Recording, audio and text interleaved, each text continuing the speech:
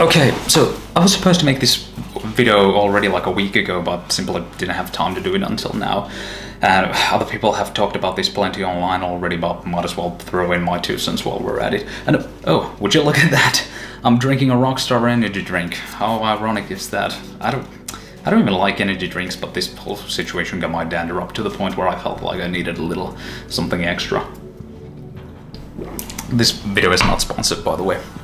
So what we're here to talk about today are GTA 6, its upcoming release and its pricing. Thus far I've been following GTA 6 with what I would like to call worried caution.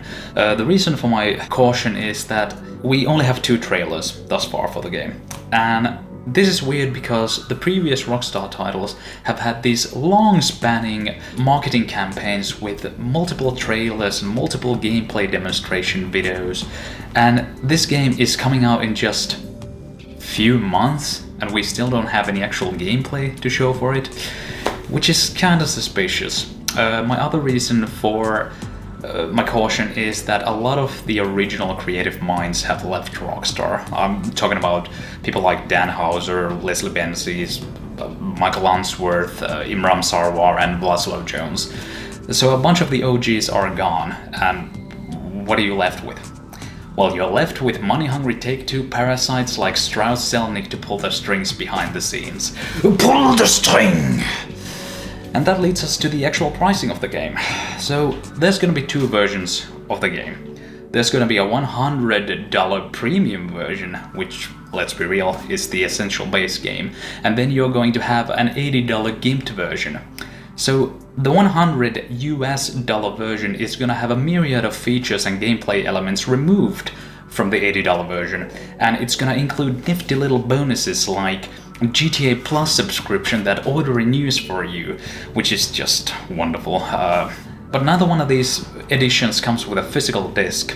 Even if you walk to a store and you see a plastic GTA 6 case on the shelf, it's only gonna have a piece of paper inside it with a download code on it. And that waste of plastic only exists that Johnny's grandma can go to the store and buy the $100 game as a Christmas gift from her tiny little pension. So no matter in what form you're buying the game, the only thing you're receiving is a digital license to play the game. So essentially, you're just renting it. You will own nothing and you'll be happy. This is of course really scummy anti-consumer behavior, especially during what are really difficult financial times for a lot of households. And it's obvious why they're doing this. They want to have external control over the game, greater control over the price, they want to cut out the manufacturing middlemen and pocket the profits. And why this is concerning is because this is an industry flagship game. There's going to be other studios and publishers who have their eyes glued to the situation, and this has the potential to set really bad precedent going into the future. People are being pounded up the pooper in this situation and they act like they enjoy it. If there was a studio and a game who didn't need to pull off a move like this, it was this one. Yet you go and follow the discourse online and you see a bunch of rod riders saying that this is actually a good thing and the price point is justified. How so? Is it the consumer's fault that they wasted $2 billion on this game and now they need you to act as the pay pig for them?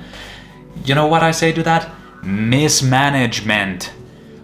Also, remember when digital games were taking off like a decade ago? And one of the selling points was that they're gonna be cheaper because you don't need to produce physical material that needs to be shipped out? What happened to that shit? Digital game prices just keep going up and up. Like, you get the physical disc versions for a quarter of the price sometimes. Also, for the drones out there waxing this game's junk, especially without seeing any gameplay for it.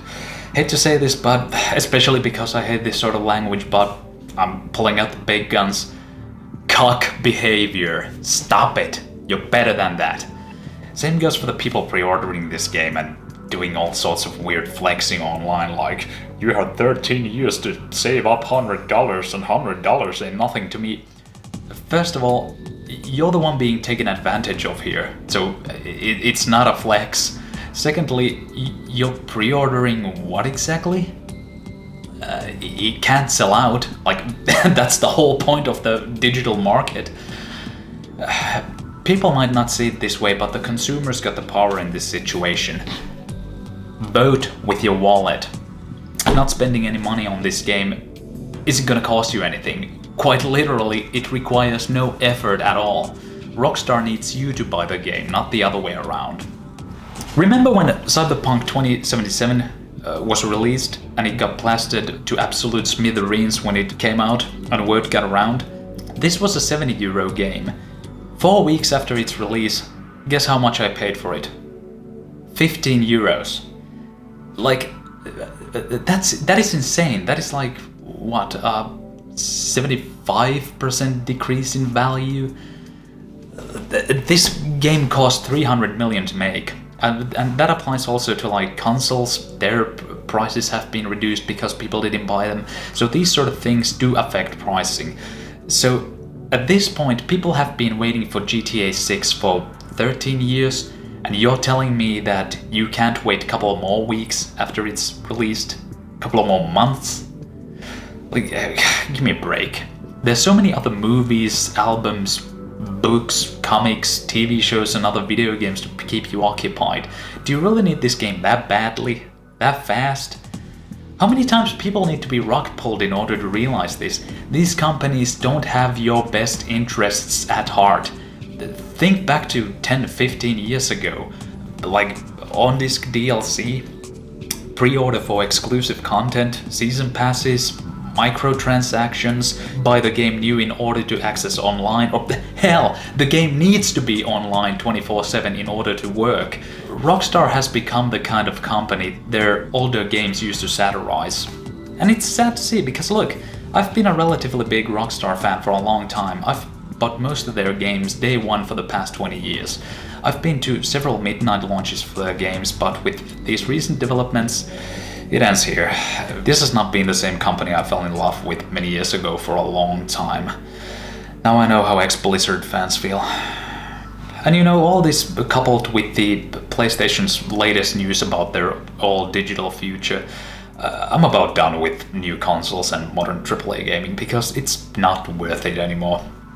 Like, so often when you end up buying a brand new big game, it feels like you end up with the short end of the stick.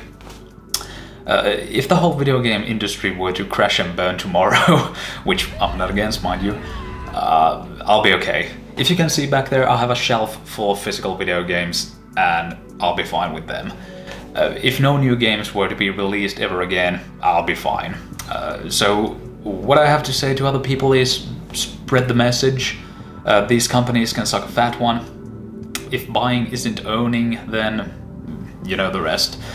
I guess that's all for now. Grow a set of principles and a set of balls. Stop letting these companies abuse you. Stop using AI. Start using your brains. Take care of yourself. Bye.